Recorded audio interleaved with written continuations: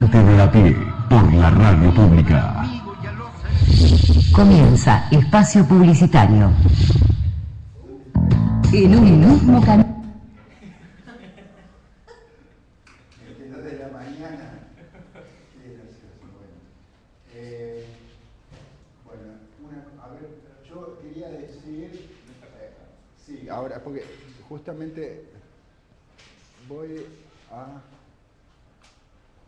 poner YouTube, ahora solo para escuchar.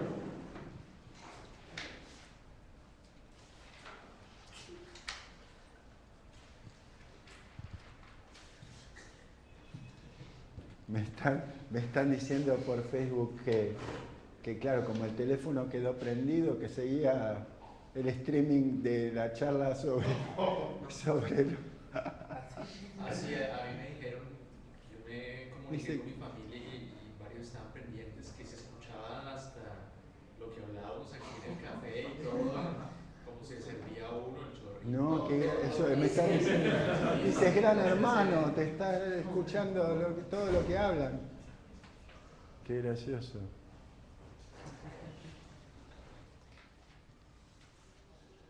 A ver, esperen. Entonces, tengo que buscar algo. ¿Por qué se ha complicado tanto YouTube? A ver, bueno, tendría que ser más simple. Espera, ahí está. Webern, Opus 10. Ahí está. Claro, las piezas de 5 piezas para orquesta de Webern.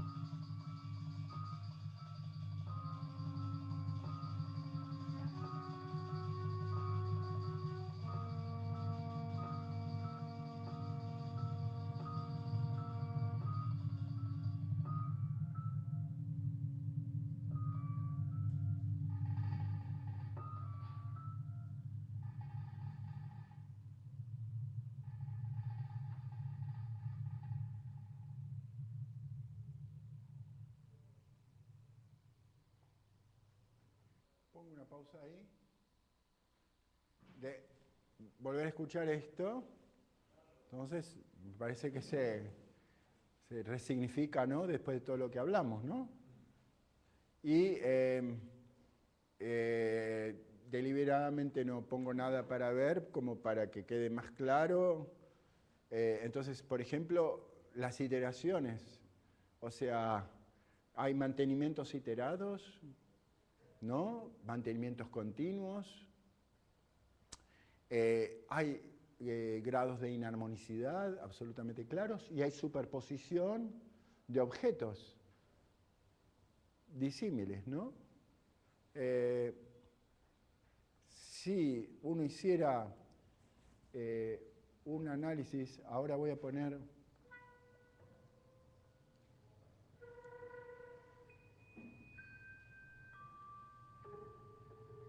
un fragmento de vuelta.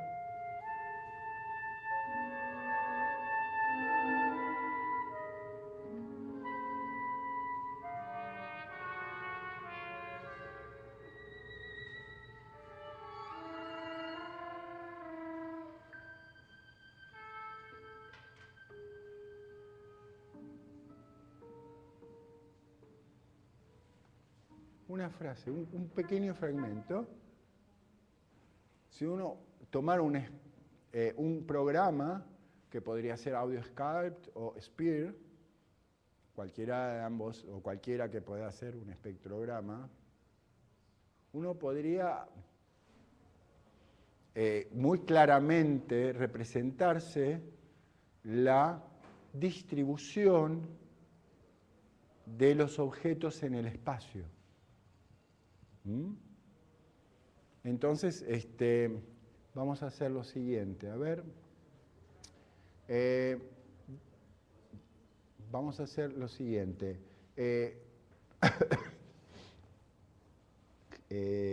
Daniel, tú me dices que tienes ahí un disco con el audio ese de las Opus 10. ¿Me lo prestas un segundo? Porque me parece que va a ser más práctico, porque si no extraer del MP3, esto no estaba programado, por eso... ¿Cuál es, maestro, la que me decía? Las 5 piezas Opus 10.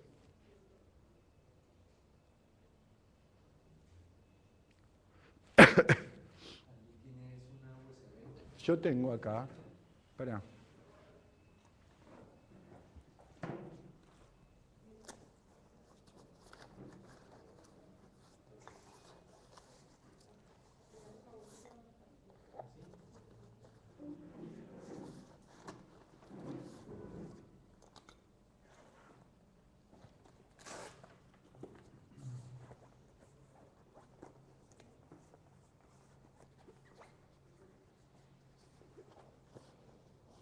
Acá está el USB. Ya, maestro. Ah, ya tenés. Bueno, muy bien.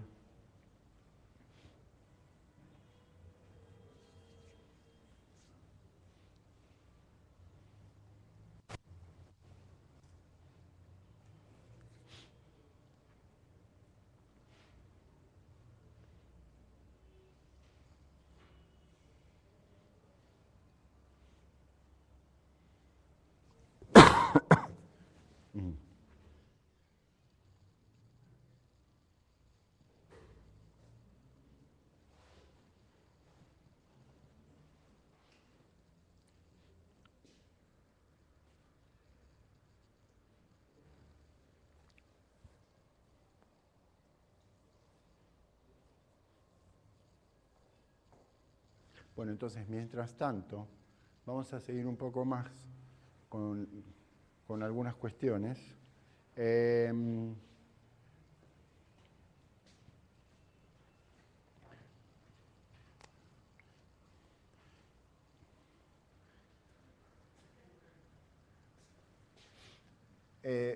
Fíjense que cuando lo frené, cuando puse la pausa, acabamos de escuchar unos sonidos absolutamente extraños, ya que se realmente para mí se acusmatizaron, para mí también fue como escuchar de vuelta, como si fuera una pieza que no conocía, y en donde en realidad me olvidé absolutamente, digamos, el origen de ese sonido y apareció un brillo inarmónico en el registro medio, ¿sí? Absolutamente inusitado, algo que de alguna manera me suscita un montón de ideas acerca de todo lo que estamos hablando, porque realmente tiene un efecto sobre nuestra percepción. Es decir, son ideas que tienen un efecto sobre nuestra percepción y mismo sobre mí. Y entonces, decir, bueno, y acá tengo me olvido del instrumento, de la causa instrumental. Esto es lo que decía Schaffer. Para escuchar es necesario olvidar la causa instrumental. ¿Qué causa? El sonido. Para atender a la propia materia es necesario poner entre paréntesis la causa. Es decir, bueno, ¿qué hay ahí atrás? Bueno, por ahora nos olvidamos un rato. Entonces, esa es la escucha reducida. Y entonces, tal vez, a lo que nos conduce la escucha reducida a que podamos estudiar orquestación de una manera fenomenológica. Creo que son esas maestras. Perfecto. ¿Esto entra así directamente? Sí. Muy bien.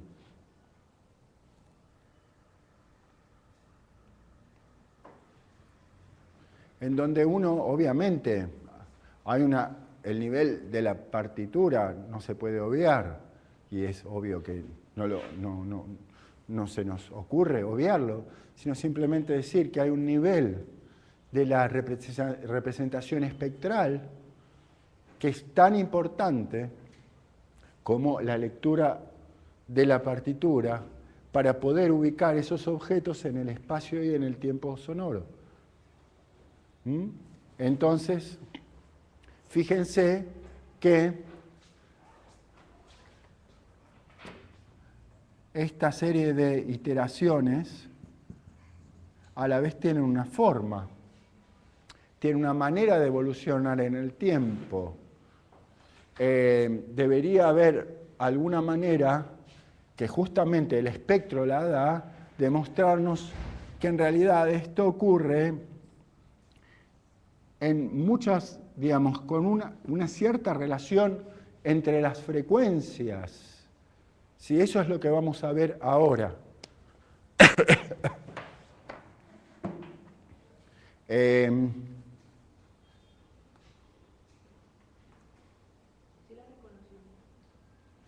A ver. No. ¿Es verbatim para arriba? Sí. No. Verbatim para abajo. Eso. Eso, así.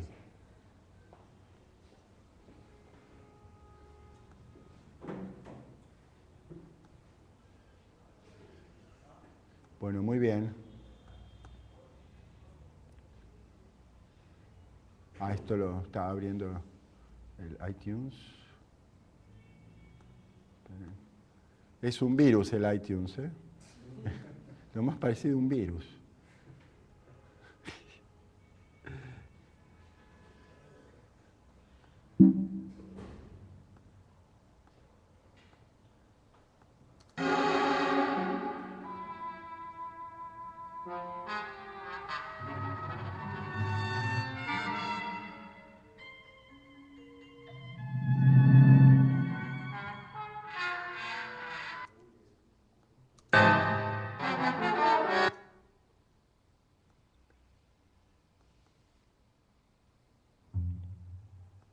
Bueno, muy bien.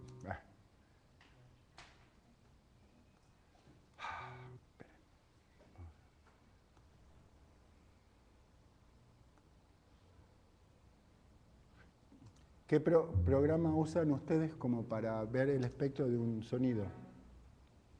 ¿Tienen alguno preferido? Incluso una vez el Acusmograph, creo que lo había diseñado esta corriente schaferiana. Sí, sí, sí. justamente, espérate.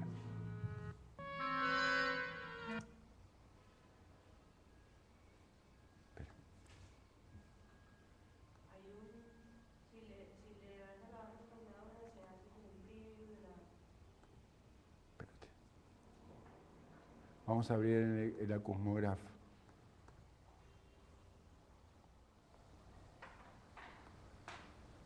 En este usuario no, me dice que no tengo, pero lo abre igual. Bueno.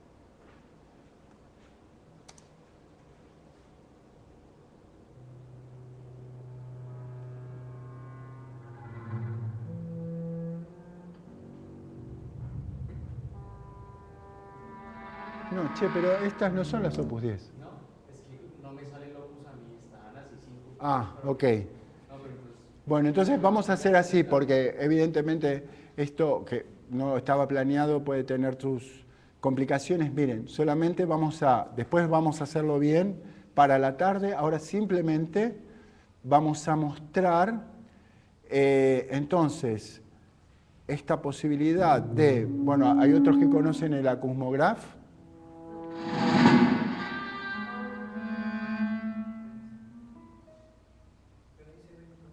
Pero, exactamente. Bueno, no es la pieza que pensábamos pasar.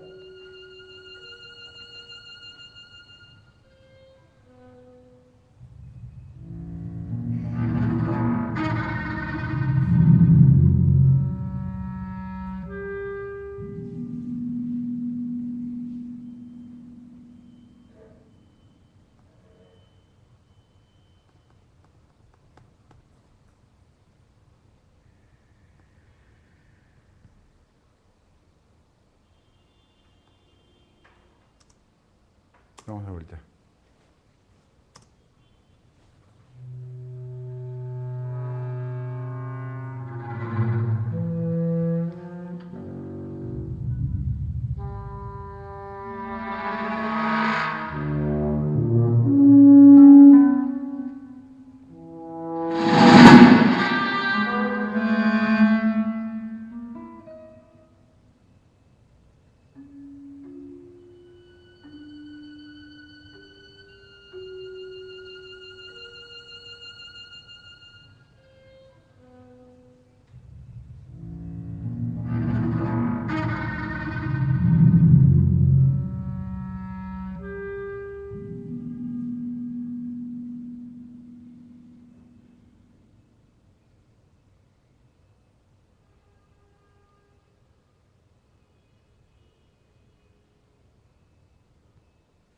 Parece que...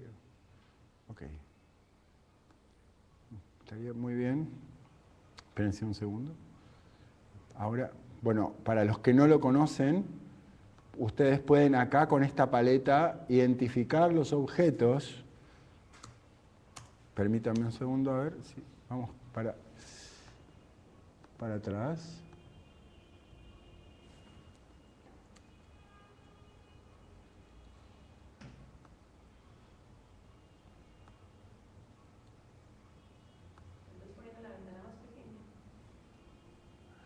Sí, porque está escondido en alguna parte. Espera. A ver. Está ahí, ¿no? Sí, ahí está, ahí apareció.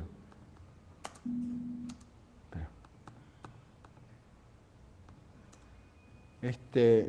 A veces se pone muy rebelde para ir para atrás. ¿Por qué es esto?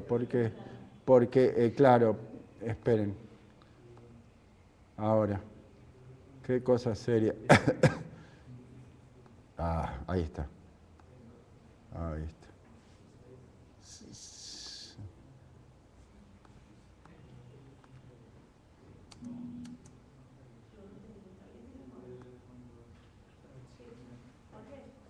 Sí, no, pero igual no es un problema del mouse, sino es un problema de que tiene este mecanismo bastante endiablado de selección.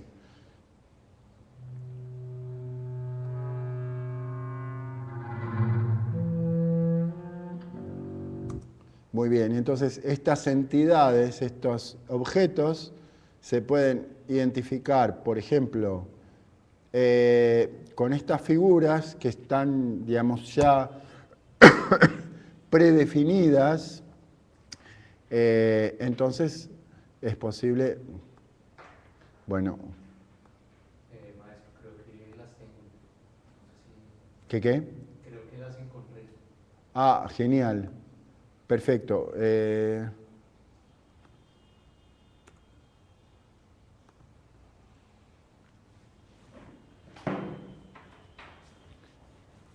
Bueno, y si no vamos a hacer esto y después lo dejamos para la segunda parte, para organizarnos un poco más, pero para la tarde.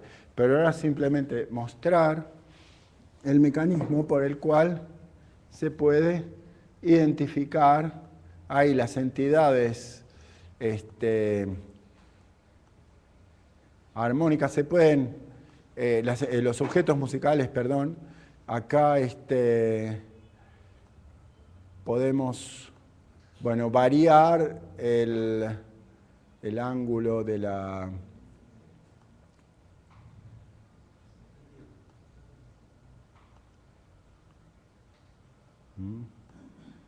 Esto en realidad se puede...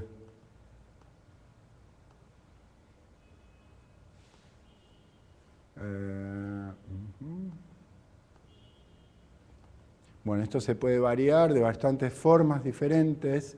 La idea es poder, bueno, obviamente con la ayuda de las diferentes formas. Algunas son un poco,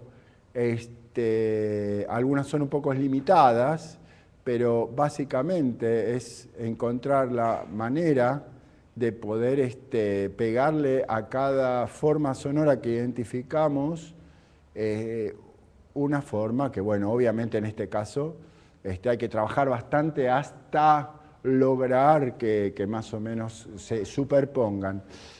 Acá les voy a mostrar algunos, a ver si lo abre bien. Esto es sobre ionization.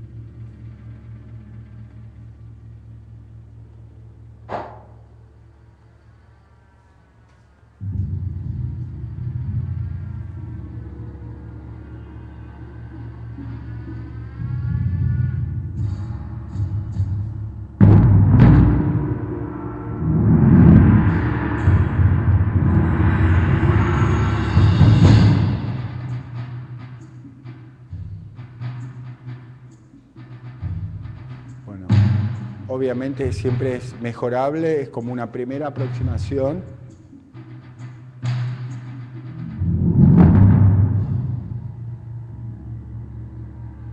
En donde, digamos, es posible cernir ciertos comportamientos en el espectro.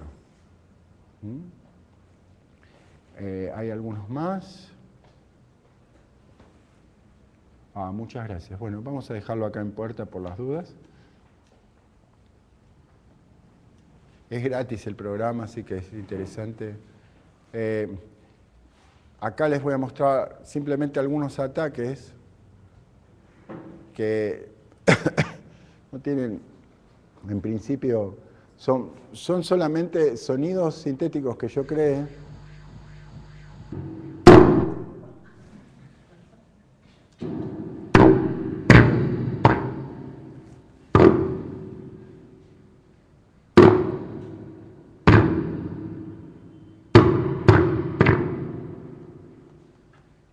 Bueno, y entonces la posibilidad de, digamos, representarlos y de alguna manera transferirlos al nivel visual, nos puede dar la posibilidad de justamente de sustituirlos. Es decir, que cuando tengo esa representación, que es una abstracción de unos valores, o de unas cualidades que hay en el sonido, yo tengo la posibilidad de pensar que hay otros que pueden ocupar ese lugar. Es decir, que la representación no es para que quede bonito, ni para que se vea lindo, sino básicamente es pensar que gracias a esa extracción de cualidades podemos crear una forma en el tiempo. Por favor, Michael, dígame. En ese programa usted tiene que hacer la representación de manera manual, ¿no? Sí, exacto, sobre el espectrograma.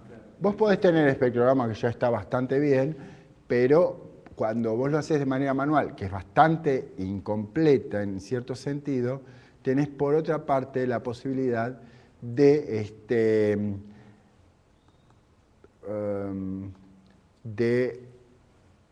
por más que es limitada, como de hacer un recorte de lo que a vos te interesa mostrar del sonido. Mi pregunta era si Sí. hay algún software que permita hacer eso de manera más fácil o automática. Mirá, probablemente va a aparecer en cualquier momento un software que lo pueda hacer. Acá hay varios problemas que están implicados en la pregunta tuya. Es muy interesante. Los acusmáticos dirían que no tendría sentido, pero si fuera, digamos, por los acusmáticos no avanzaría la ciencia, ¿no? Por ciertas cosas, la verdad que son posturas que no tienen sentido, pero de todas maneras, yo sé a dónde van, que quiere decir que vos tenés que hacer el proceso mental, que lo que vale es tu proceso mental de recorte, digamos, y de puesta en valor, porque los criterios, por ejemplo, François de Lalande lo dice de una manera muy clara. Es decir, uno pongamos que está como yo, llego a Lima y me muestran un mapa, pero ese mapa por ahora no me dice nada. Si, por ejemplo, si yo busco, no sé, instituciones de música electroacústica, entonces voy a tener una señalización del mapa distinta que si busco farmacias o si busco lugares para comer. Es decir, ¿qué cosas estoy buscando?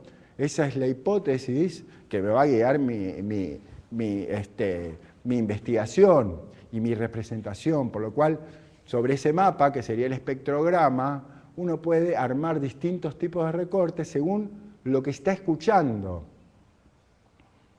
Quiere decir que la escucha ahí va a generar algunas ideas acerca de, bueno, en esta pieza es importante tal cosa, entonces voy a analizar cómo evoluciona ese parámetro. Por ejemplo, Abel y ¿quién más dijo acerca de la duración de los ataques de Natura Sonorum? ¿Daniel o Daniel? Bueno, se habló sobre los ataques. Bueno, entonces, esa es una hipótesis de pertinencia, diría François de Lalande, por lo cual ahí hay que poner la atención. Entonces, mi análisis va a focalizarse, por ejemplo, en las duraciones, que es decir, bueno, voy a buscar todas las farmacias de este barrio, o sea, y de tal barrio, bueno, etcétera, etcétera. Todos los restaurantes chinos. Bueno, entonces, ahí, obviamente, es una cosa muy razonable decir que esa pertinencia está construida desde una situación humana. Ahora bien, en Stanford, desde 1995 o más, hacia atrás, tal vez 1992 o algo así, y en otros lugares, hay grupos que estudian lo que se llama sound separation. Son apasionantes, los tipos se dedican a investigar cómo hacer para que, poniendo una lata así apretada sobre una sinfonía de Shostakovich, cómo hacer para que el programa reconozca la lata y lo que es la sinfonía. Y entonces, bueno, tiene que haber un mecanismo inteligente que distinga toda la corriente producida por la lata, digamos, la estructura espectral de la lata como diferente a todo lo otro, cosa que nosotros hacemos con enorme naturalidad. Digamos que, bueno, cómo se puede formalizar y hacer que haya una escucha artificial. Perdón. ¿Cómo hacer para que haya una escucha artificial?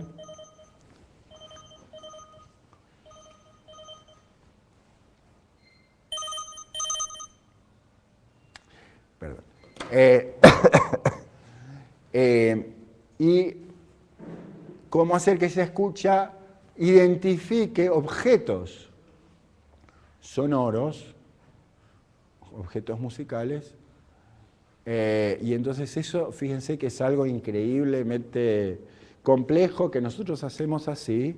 Por ejemplo, se dice con mucho humor que si un chico está aprendiendo a hablar, un bebé, la mamá le habla, hola cosita, lindo, y de repente suena la puerta, el niño no aprende a decir mamá o cosita o lo que sea, y con un del ruido de la puerta. ¿Qué pasó mientras escuchaba? Claro, es decir, que tiene totalmente separado que esos son corrientes espectrales diferentes. Eso fue estudiado en la Universidad de McGill por Bregman, digamos, la idea de los flujos, las corrientes sonoras que de alguna manera se van identificando y hacen que esos distintos streamings de audio sean identificables como objetos separados en nuestra percepción. Entonces, bueno, y eso es lo que nos permite la polifonía, finalmente, o sea, componer polifonías, etcétera, etcétera. Sí, por favor.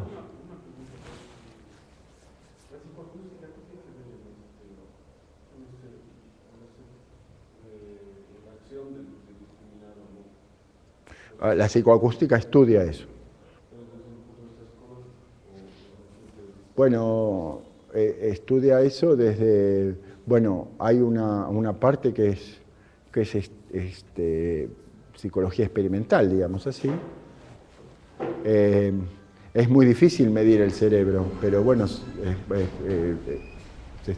yo no soy un especialista, pero... Claro, porque más o menos el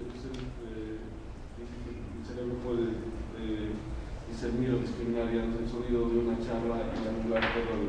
Claro, justamente. La focalización de la atención es prácticamente el cerebro. Sí, sí. El micrófono, por ejemplo, no discrimina nada. Exactamente.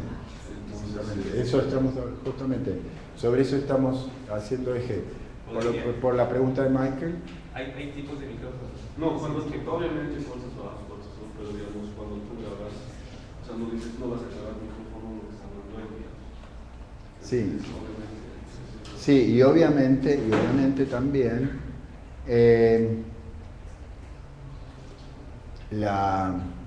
digamos, las cámaras, de una cámara de video,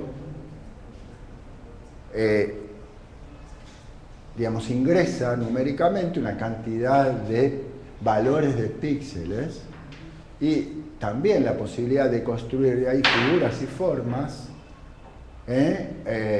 necesita ser estructurada a partir de un mecanismo inteligente que pueda distinguir. Supongamos, yo tengo este pullover que es negro o azul muy oscuro, negro, y de repente mi silla es negra y entonces tiene que haber una forma en que distinga los píxeles de mi pullover de los píxeles de la silla. De la misma manera va a pasar con el sonido. Ahora, eso lo hacemos naturalmente, intuitivamente, por eso justamente se plantea la idea de que puede haber un estudio, ¿no? Algunos hablan de sonorística, otros hablan de aculogía, o de sonología, es decir, una ciencia que estudie la realidad sonora de la música. Schaffer hablaba de la aculogía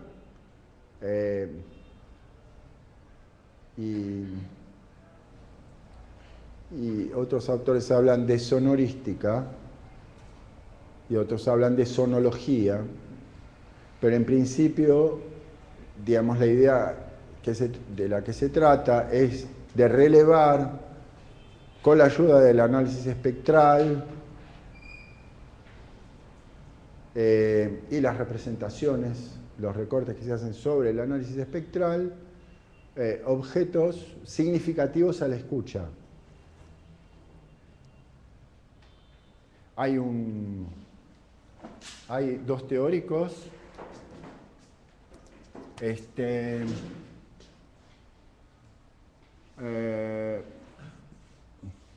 uno es Robert Cogan y el otro es, el nombre no me lo acuerdo ahora, pero es Potsi Scott. Ah, sí, mira vos. Mira vos, mira vos. New Image of Musical Sound. Es un libro fantástico.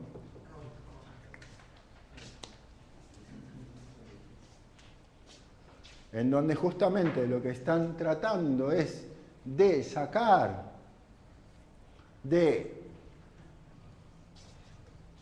justamente del fenómeno bruto que está relevado ahí, porque finalmente, aunque sea un espectrograma, ahí son frecuencias en el tiempo y amplitudes, es decir, hay algo ahí bruto, digamos, no hay ninguna interpretación, ahí hay un algoritmo que se aplica y da ese resultado, de ahí extraer información pertinente desde el punto de vista del sonido para estudiar las performances.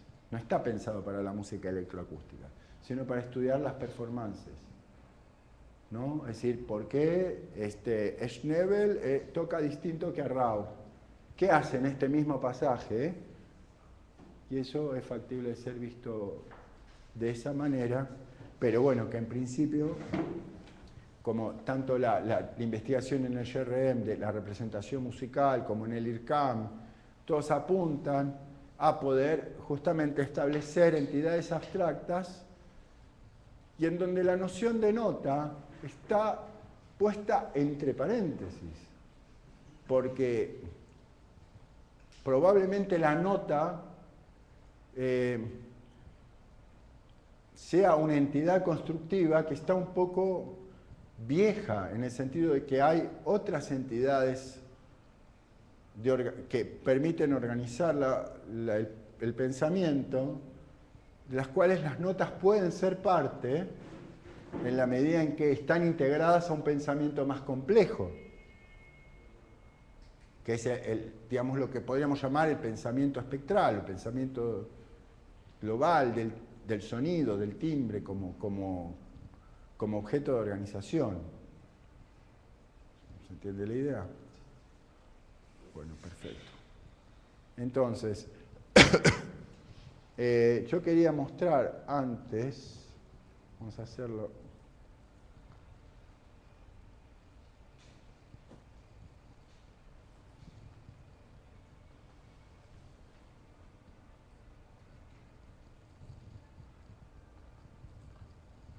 A ver. Bueno, esta es una pieza mía que tiene unos años, que se llama Clan Clan.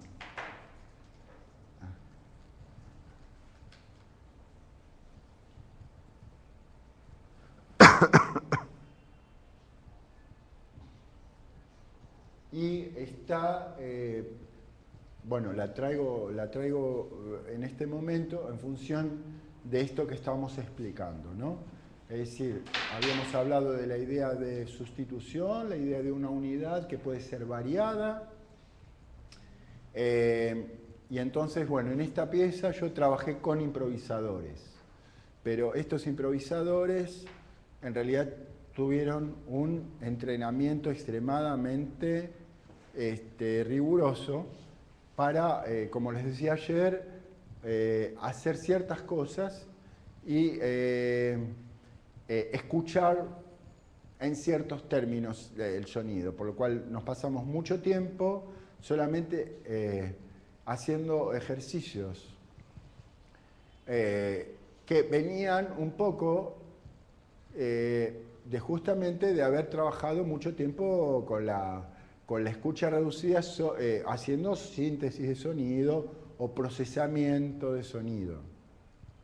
Entonces yo quería hacer lo mismo con los músicos. Entonces eran 4, o sea, el grupo era guitarra eléctrica, bandoneón, violonchelo y flauta. Y entonces, un conjunto muy heterogéneo, y entonces la idea era justamente poder fusionar a esos instrumentos, o sea, buscar, orquestar la manera en que sonaran fusionados. Y por otra parte, bueno, esta idea de plantear variaciones de una forma original.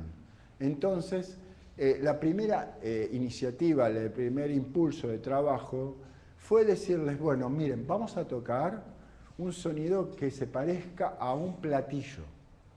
Es decir, van a pensar que tocan un platillo, entre todos el resultado es que va a sonar un platillo. Y entonces tienen que hacer que dure, que se extinga la energía, que ataque, que se mantenga, etcétera, como si fuera un platillo.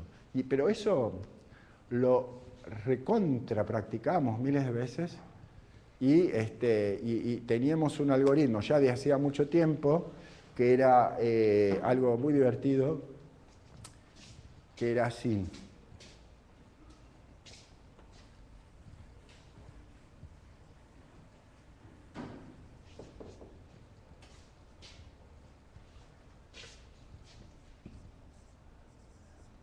Era, primero, toque un sonido.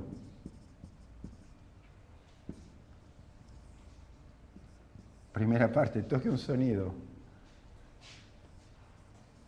2, ¿lo escuchó?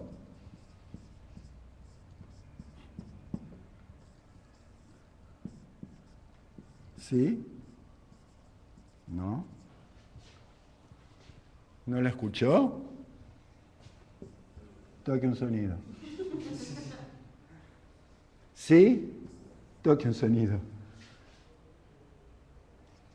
Y eso era una especie de mantra que los terminaba poniendo totalmente en onda y terminaban escuchando y terminaban tocando juntos.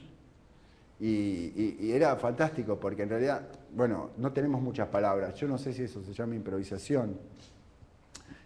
Hacíamos cosas que yo llamaría dentro de la tradición oral, que es decir, hablar con los músicos y que los músicos toquen, básicamente es eso.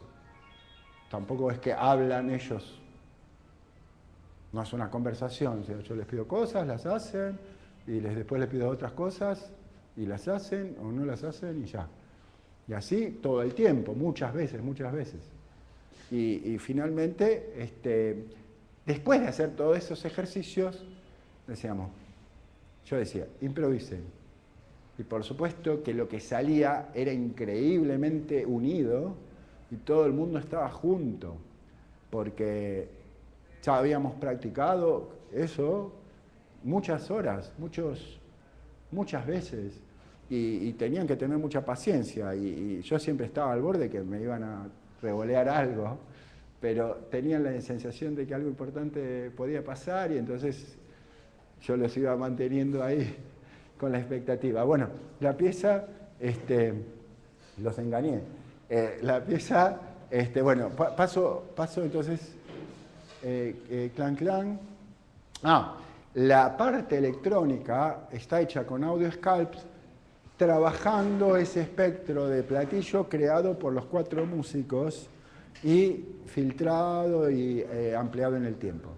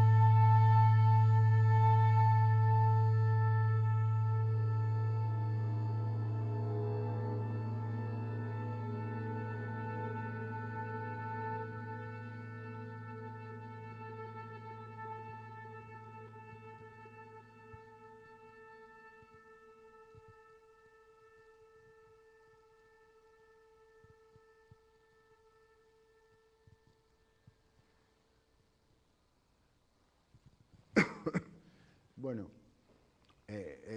sobre Bueno, muchas gracias, muchas gracias. Gracias. Toda la parte central no hablé nada. Básicamente, ahí había varios materiales, pero varias analogías. Una era entre los sonidos de las tapas del bandoneón, las tapas de la flauta y había algunas cosas de la guitarra también donde se juntaban. Después, sobre eso había un sonido extremadamente estirado, casi 1 minuto y medio, que era el ataque bueno, ya a una proporción enorme que está todo el tiempo atrás de la parte central, digamos, está como una especie de, digamos, armonía, como un tercer plano, digamos así, y bueno, parecería que al final, digamos, vuelve de alguna manera el modelo inicial con una cierta transformación porque va virando hacia un sonido tónico, ¿no? Y parecería que va mutando hasta llegar a una versión en donde aparece una tonicidad que no estaba. Es decir que, digamos, básicamente, trato de explicar lo que hice, pero, digamos, eran las ideas que tenía en el momento y creo que las sigo teniendo. Es decir que, de alguna manera, el tema, digamos, lo temático, es esos cambios que se producen a nivel del espectro del sonido. Es decir, transformados en una... por algunas técnicas que, bueno, pueden ser salidas de la escritura, de la electrónica o de la escritura instrumental, de la escritura instrumental, de la síntesis, bueno, en este caso, desde la improvisación instrumental, la performance. Es decir, sí, yo tenía en ese momento la idea de que los músicos pueden hacer lo mismo que en el jazz, tener una idea y realizarla, y si los 4 o los que sean tienen la misma idea, finalmente esa idea se va a escuchar. Es como del 97. Es decir, que finalmente lo que tenemos en la cabeza pasa del otro lado en la música. Esa cosa me parece que es interesante, que a veces, como uno trabaja con músicos que, bueno, tocan y se supone que están como incorporando lo que uno les está dando, es como que uno no está consciente de que si suena bien la música es porque comparten categorías mentales. No es porque esta persona, el músico, solamente toca lo que está escrito, sino porque lo está inventando, está pensando eso, porque lo comparte y lo está convencido de eso. Por eso hay muchos mejores intérpretes de Mozart que de música contemporánea. Probablemente hay muchos menos de música contemporánea porque los que interpretan bien son los que comparten las categorías mentales de esa tribu, ¿no? O sea, si de repente vieron los etnomusicólogos estudian a los grupos étnicos, ¿no? Por ejemplo, los pigmeos. Y después de mucha investigación, como Jim Aron, el famoso etnomusicólogo que descubrió que los pigmeos tenían unas categorías muy claras para su música, que tenían hasta casi una teoría. Bueno, después podemos ampliarlo eso, pero en principio, ¿por qué suena cohesionado eso? Porque todos están pensando en lo mismo. Igual que en una banda de jazz, tienen eso en la cabeza. Entonces, bueno, se supone que los improvisadores, después de todo ese entrenamiento, toda esa parte central es improvisada, ciertamente, pero hicieron algo con lo que ya habían escuchado y hacia dónde iban.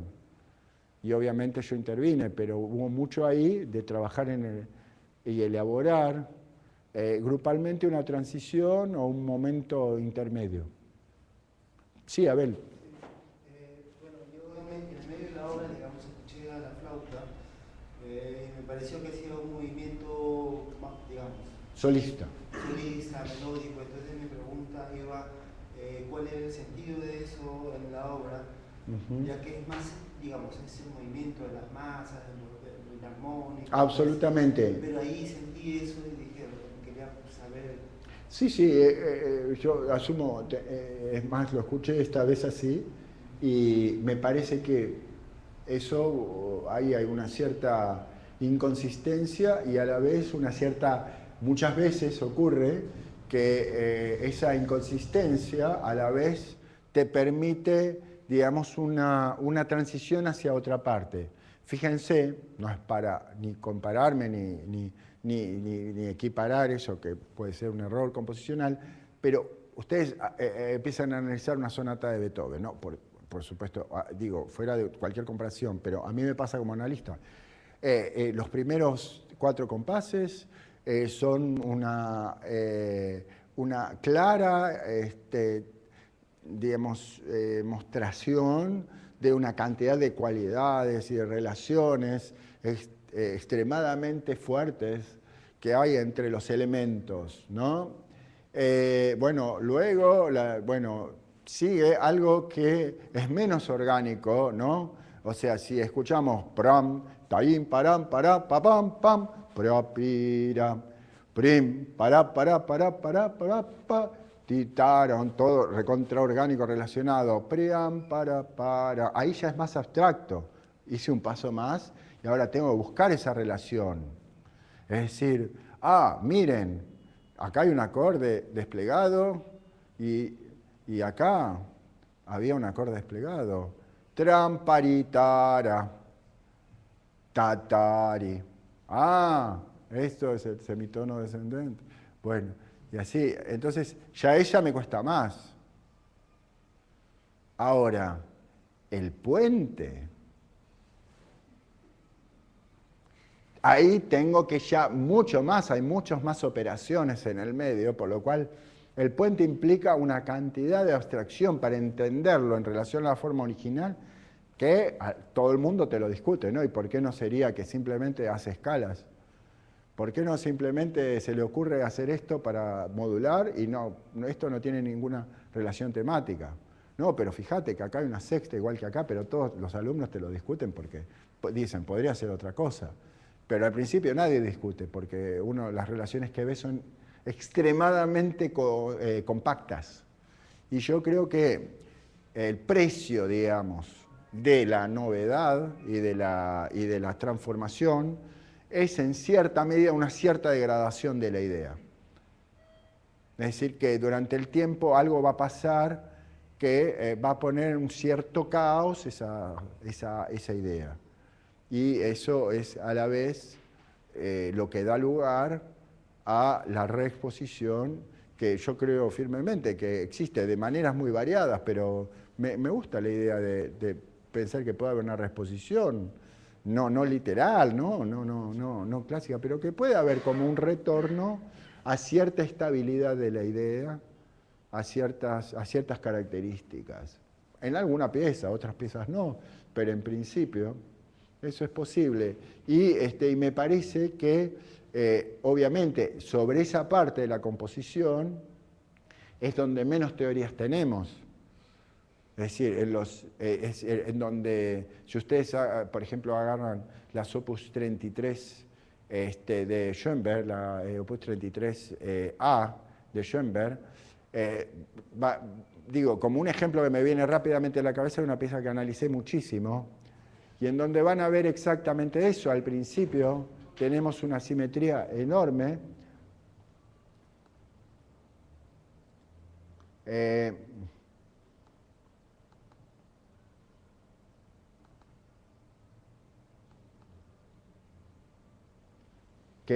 Yo la representé de esta manera, que es bastante divertida, muy linda, con el Open Music.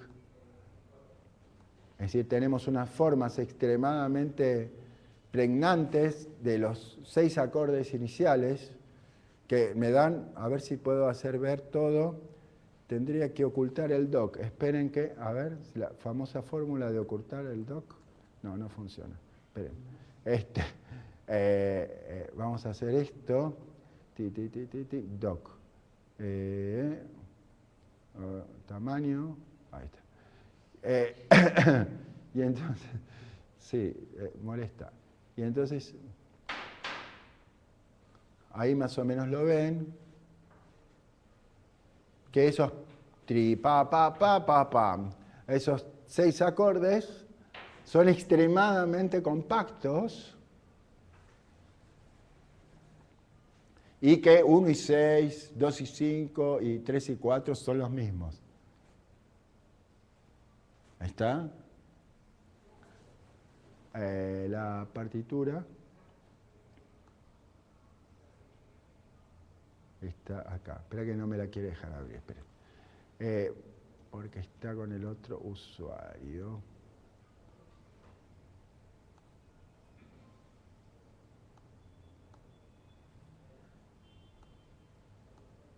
Muy bien.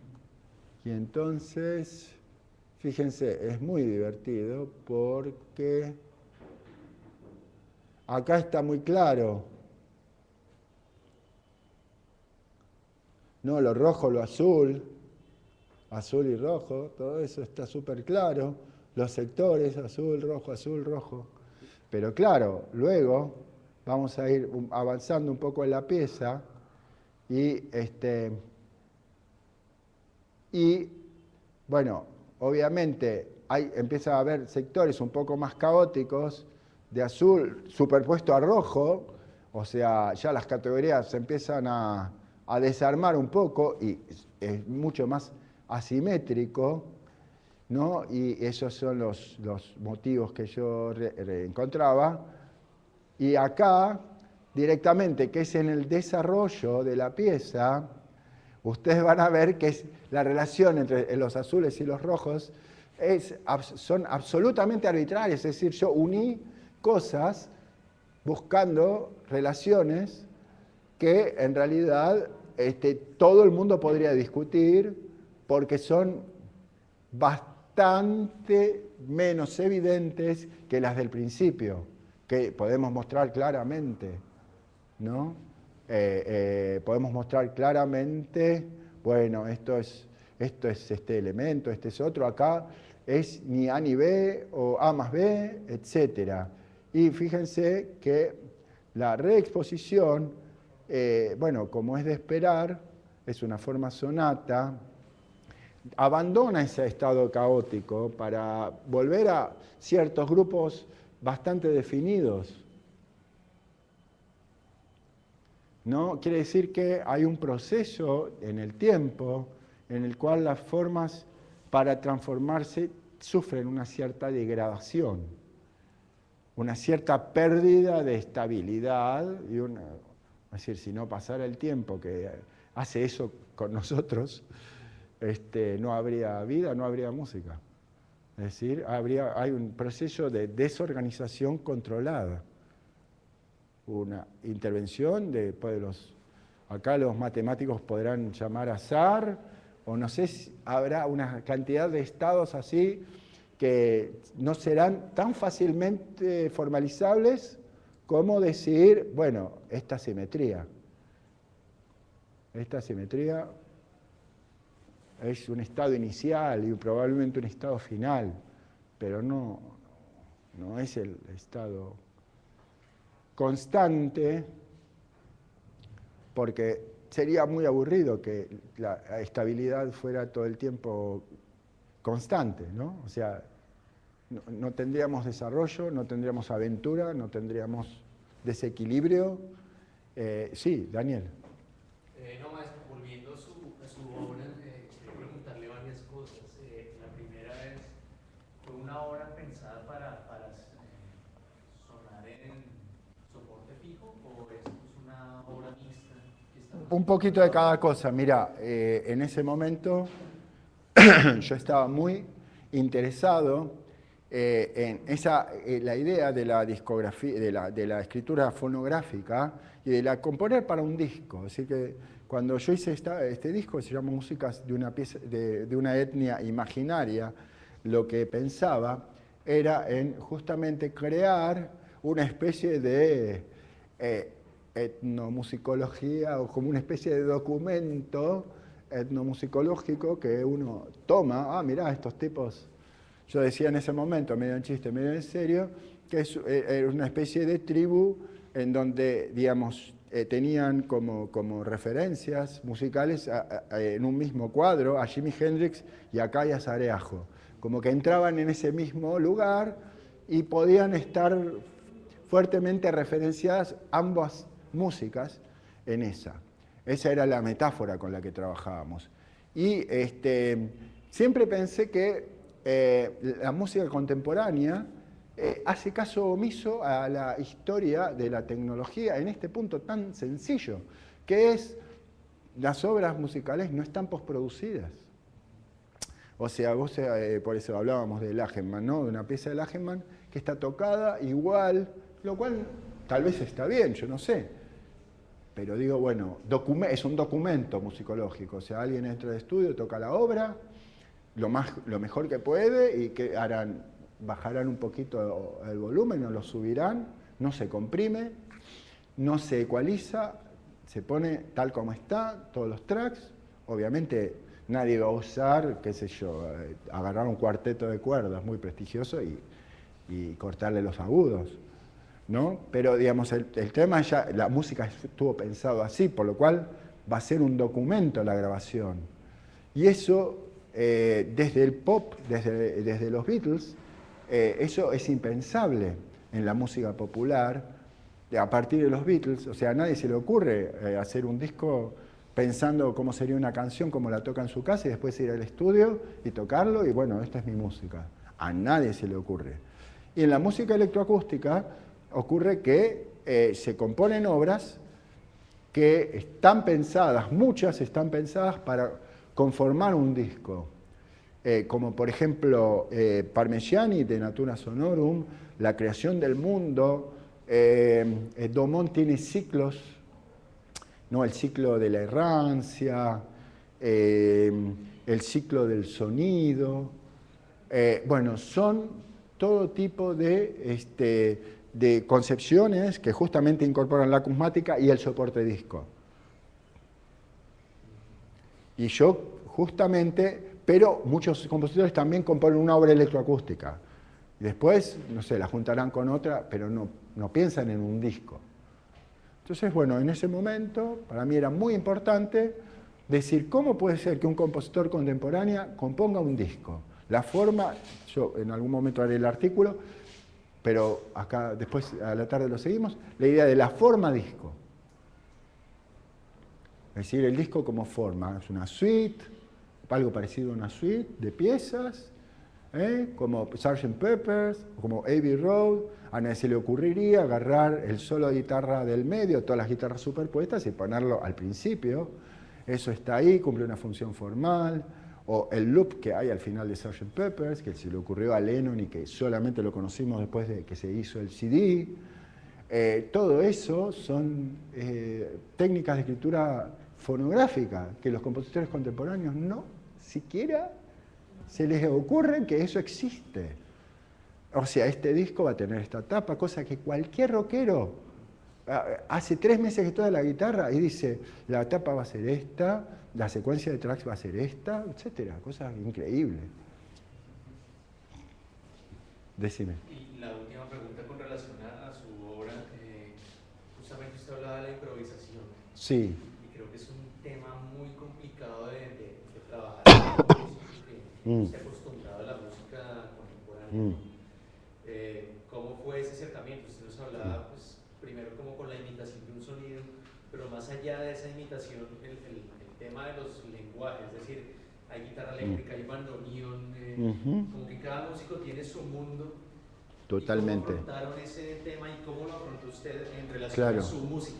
Por eso yo les proponía, digamos, mis primeras, como todos les habrá pasado, las primeras experiencias de joven compositor fueron tipo, o sea, piensan estudiar 2 horas y salir a tocar, este era mi razonamiento a los 26, 27 años, o sea, yo no haría eso ni para tocar una cantina,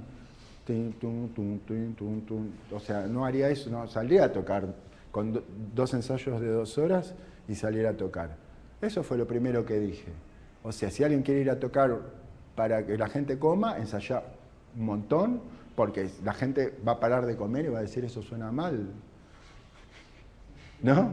O sea, no van a comer siquiera. Y entonces esa era la idea. Bueno, la música contemporánea tocada así no sirve y a mí no me interesa y yo quiero estar con, como dice un colega, Oscar Edelstein, con las 2 patas fuera de eso.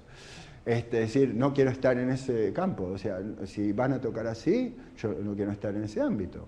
En Argentina esto era así, o sea, la música se tocaba, ahora se estudia mucho más, pero también hay otras cosas, o sea, pero en principio, bueno, 2 ensayos a tocar.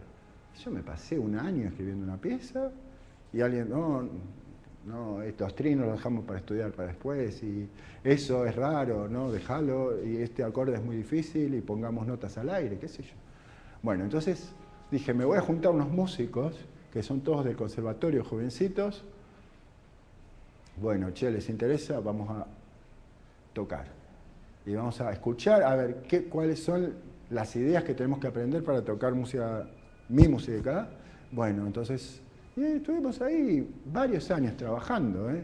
Empezamos en el 91, después yo me fui, volvimos, 94, 95, hasta llegar a esta pieza había 5 años de tocar, improvisar, explorar.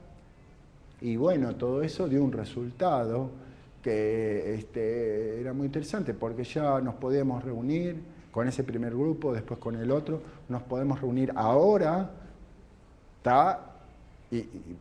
o sea, yo no sé si va a ser gran música, pero que nos vamos a entender muy rápidamente, seguro. O sea, todo lo que hicimos fue crear una cierta manera de dialogar que más o menos funcionaba. Y eso son muchos años de trabajar un poco por fuera del sistema. Y entonces, bueno, o sea, yo descubrí casi todas las técnicas extendidas trabajando con los músicos. Por eso a veces los chicos jóvenes vienen y me muestran y yo veo que es como un compendio de que sacan, ¿no? Sí, como los podés leer, ¿no? Lagemann, Spalinger, esto, lo otro, como todo. Y vos decís, pero este tipo lo aprendió viendo. O sea, pero hay que tocar, claro, me parece que hay que... O sea, en eso yo reivindico muchísimo, y con esto cerramos, o sea, toda la experiencia del rock. A mí me dio... Yo nunca toqué como rockero, pero a mí ese contacto intuitivo con la música me dio la posibilidad de pensar desde otra parte. Y entonces, la verdad es que aprender que un sonido con presión, o sea, aprenderlo en la partitura para mí fue un proceso posterior. Bueno, ¿cómo lo represento? Pero el hecho de, mirá, ¿podés hacer esto? Y vivirlo, digamos, ahí como descubrimiento sonoro primero, como experiencia auditiva, y bueno, después ya de alguna manera lo vas a notar. Y que creo que es como lo debe haber descubierto Saariajo, porque nadie le había explicado, no había antes alguien que haga eso. Entonces me parece que eso de tocar además que da mucha vida, es lo que permite abstraer, es decir, la experiencia concreta es lo que te permite después hacer cosas. Si uno aprende todo en las partituras, está bueno, pero para mí tiene un riesgo, que es después combinar técnicas de escritura sin claro, sin nada adentro, ¿no? Así que bueno, sigamos después.